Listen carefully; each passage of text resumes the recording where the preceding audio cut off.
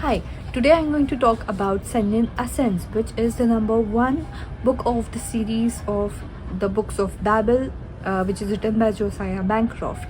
So here we have our protagonist Senlin, who is traveling on a train with his wife Maria on his way or on their way to their honeymoon in the Tower of Babel. They basically focus or their aim is to go to the baths, which is on the third floor in the tower, and basically stay there and enjoy.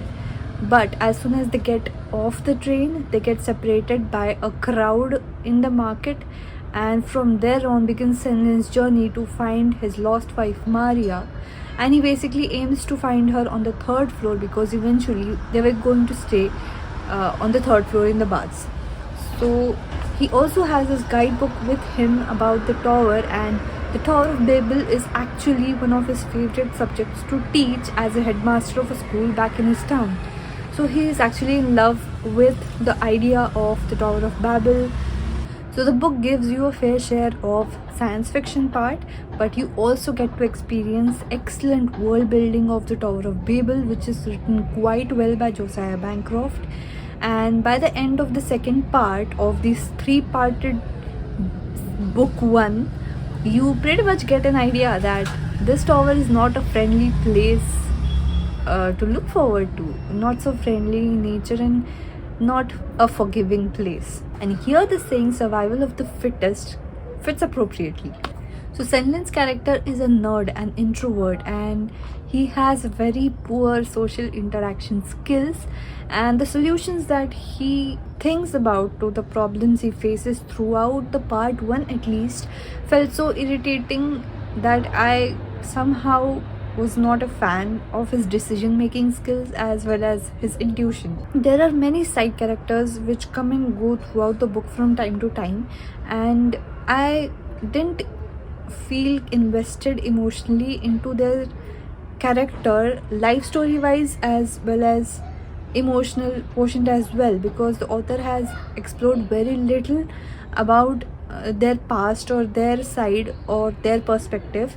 And if the author would have explored quite a little bit more, I would have been a little interested in their story or in their emotional kind of thinking as well. Coming to the plausibility, I felt like Senlin had the most convenient subplots, and he also had a flawed nature, which is actually a good thing in a book because often we have these perfect little hero type of person as a protagonist, but here Senlin is actually an introvert and also a pushover sort of a person, and sometimes could also be a yes man.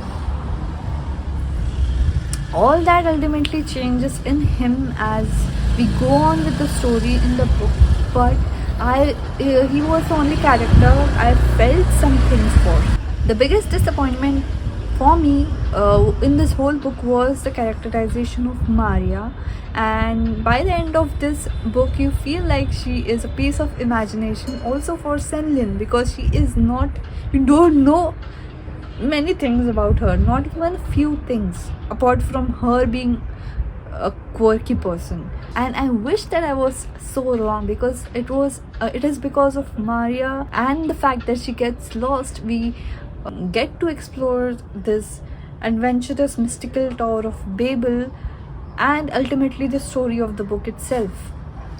Here are 5 things that you should know about Tower of Babel before entering into it, and which Senlin's guidebook ultimately fails to highlight. The first one, once you enter the tower, you basically cannot leave it, at least when you're alive. The second one is there are floors or ringdom, and there is a test of sorts that you will have to pass to ultimately ascend to the next floor. The tower is not a friendly or a reliable place or a trustworthy place with regards to the people in it, and not inviting at all.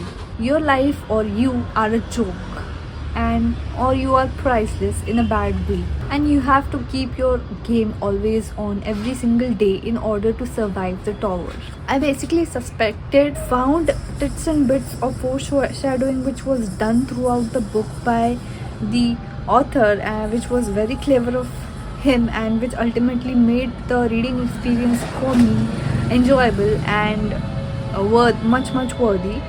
For example, when Senlin finally reaches the new Babel and enters the ship and all the big reveal is done, he then finds out that the basic mechanizations of the each floor were in some way a small part of the ultimate big thing which got the tower operated, or which was important for the smooth functionality of the Tower of Babel. This book is a perfect example of an excellent world building which is quite inventive and immersive in a very clever way, and it was half the reason why I was hooked up to this book till the end of it. The thing which I found interesting is each floor or the kingdom had to offer something inventive, and it had a totally different mechanization system of operations.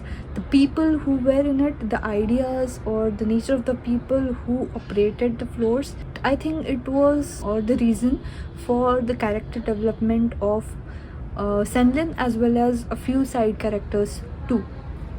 What the book has to offer in a very different way is the characterization of its protagonist, who is Senlin.